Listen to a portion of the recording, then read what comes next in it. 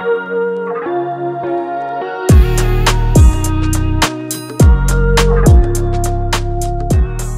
Suzuka GP was actually a pretty entertaining one if you ask me. Now, yes, we didn't have a battle for P1, but from P2 onwards, it was all entertaining, a lot of storylines, a lot to discuss about specifically Perez and really Logan Sargent, but also talking about the rest of the grid, race pace, and so on. Let's get into it. The beginning of the start was interesting. A lot of cars were really lined up, and with the different tire compounds with Alonso and Tsunoda and Liam Lawson, it made for a bit of a scuffle in the middle. I liked the aggression by Lawson. I think with him knowing the news that Yuki and Daniel are now in the seat, it kind of had him like, you know what, let's just go for it. I gotta be ahead. And he was arguably the better driver in this Grand Prix. It was very, very close. As for Mercedes, they picked up on their race pace, which I figured would happen. Ferrari improved, but McLaren, double podium. Oscar Piastri was outstanding in the race. Yes, he still doesn't have the race pace that Lando does, but he'll pick up on that. He's still very new to the sport. He's still got a lot to learn. Knowing how to really conserve your tires is something that comes with experience. I mean, if you look at like Alonso or Verstappen or Hamilton, they always have the edge over their teammates because they know what they're doing with the tires. I mean, you saw in Singapore how much quicker Lewis was than George.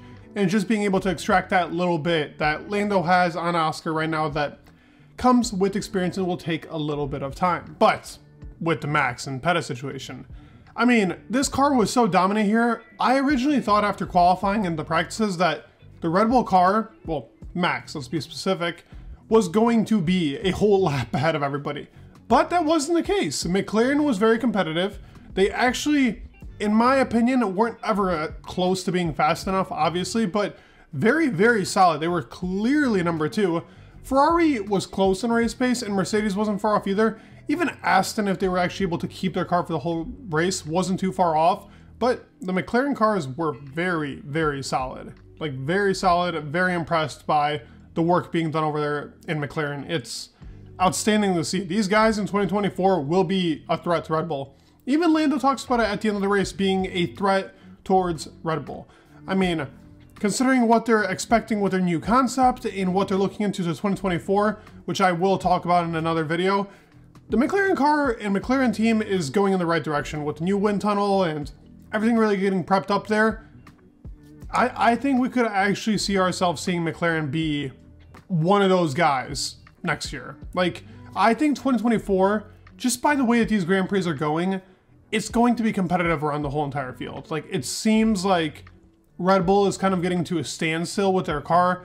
Yes, they brought a couple of upgrades. They're already looking into their new car, but so is every other team, and I don't know how much more can be extracted from the current concept. Now, we know in 2025, the cars will change, and they're going to try and change some things up, so the racing is better. Well, they're saying it's going to be better, but also probably to diminish Red Bull. I guarantee that's probably what's going to happen for 2025 before we go into 26. But there definitely will be a change up by that time. But 2024 is where we will see the most development out of every single car. So keeping your current concept and going ham onto it, I think that's going to work in McLaren's favor and to Aston's favor. Mercedes is scrapping their concept. That's something to talk about too. And Ferrari is also getting for like a different bit of a concept. So a lot to discuss there, especially for the future. Perez was way off. Like, I mean, first of all, some of those like dives that he had originally, he's lucky that people moved out of the way. He was nowhere near. And you know what?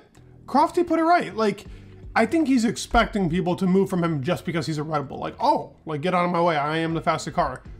That's not the expectation that he should have. His overtake attempts, even before hitting Magnussen, were awful. Like, every single one of them looked like what happened to Albon in Singapore. Nothing there. The pace was just nowhere. I don't really think he's at fault for what happened with Lewis. That wasn't really his fault. Then he does that like safety car infringement on Alonso. Oh man, this is a weekend to forget for Perez. But honestly, is 2023 a year to forget for Perez in my opinion? It's awful. It's awful. It's just not going good for Perez, but that's okay. I mean, like, this happens, form falls off. I think he can come back from it. I just don't know if it's with this Red Bull team because they're definitely looking, and even Christian Horner is just hinting at a replacement. even with Ricciardo being signed up for 2024, which obviously that's a set in stone contract right now, he could have Perez in for the first 5 races and then put in Ricciardo, just purely because they saw what they needed to see off of Ricciardo, and that gave him enough motivation to put him into the Red Bull.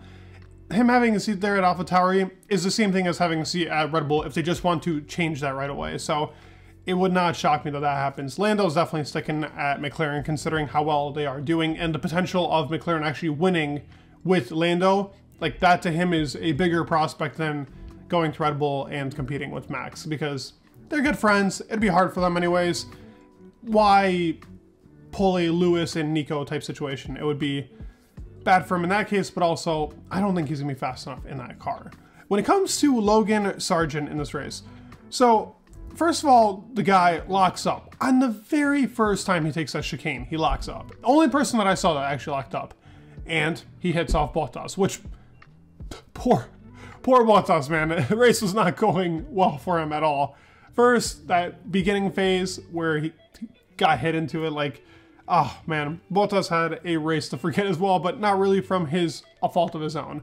Logan locks up, hits him off, has to have a front wing change. He's like 40 seconds behind. I don't know if that's because of, I think it's because of the penalties combined with everything, but I thought he'd catch up to the safety car. Maybe he did not. Wasn't really sure what was going on there. No pace. That crash was horrible. But talks of somebody that I am very excited to see in Formula One. I want him in Formula One so badly. Felipe Drugovich is coming to close to a contract, close to writing down pen to paper. That would be, in my opinion, a great combo for the Williams team. Albon being put in that team with a F2 champion. Yes, it took him 3 years. Yes, he's kind of got that like Nick DeVries type resume, but I don't know, Felipe might be, he was pretty good in the couple of practices they had him in, better than Lance was, so there's that. And I do think Lance is better than Logan, so maybe that equals out somehow. As well as his practice times in the 2021 car and what they have him doing. He's practicing a lot. He's got that kind of like Oscar Piastri type treatment at Aston Martin, so that could result in him coming up to grips with the speed of F1 cars a lot faster. Me seeing Felipe Drugovich would be a great result for our sport, because Logan, as much as I would love for the guy to be good, I mean, like, I like him as a personality. I think as a driver, he's like actually fun to watch when he's in it. His confidence is shot, clearly, like locking up in silly situations. I like that he still went for it on the qualifying lap, but like at some point you gotta just kind of give up, and he didn't give up. He just kept his foot in, hits the wall. A lot of bad results from that when it comes to, they might not even be able to develop their 2024 car to the proper pace they wanted to, because now the car is starting to cost more. And they almost didn't have him racing. He had an extra 10-second penalty because Williams practically built like a third car, if you can say it, like with the chassis, because they had to replace everything into the car. It was practically like a third car was built, so that wasn't allowed. That's only in survival mode if the actual second chassis was not able to be restored. So they got themselves into a bit of trouble there. It was a sticky situation for Williams, and that's only because Logan has been putting them in these sticky situations with crashes, front wing changes, just no pace at all, no points, not getting them really that they need. Albon had an unfortunate race. They both retired. Definitely a weekend to forget for Williams. All in all though, for all the teams, it seems like these high-speed corner tracks will be dominant by Red Bull and McLaren close. I think in Qatar, we could definitely see a closer battle, because that goes to more of the strengths for the McLaren. It's closer to just all high speed rather than some slow speed and some parts that'll really screw McLaren. Only one real straight that they have to worry about. So I would expect McLaren to be very competitive in Qatar, and it'll be interesting because maybe Red Bull might have to actually even lift a little bit of their ride height for their car going there, because the curbs are pretty nasty at Qatar. So let's actually find out. Hope you guys enjoyed the video. Please leave a like, subscribe. It would mean the world.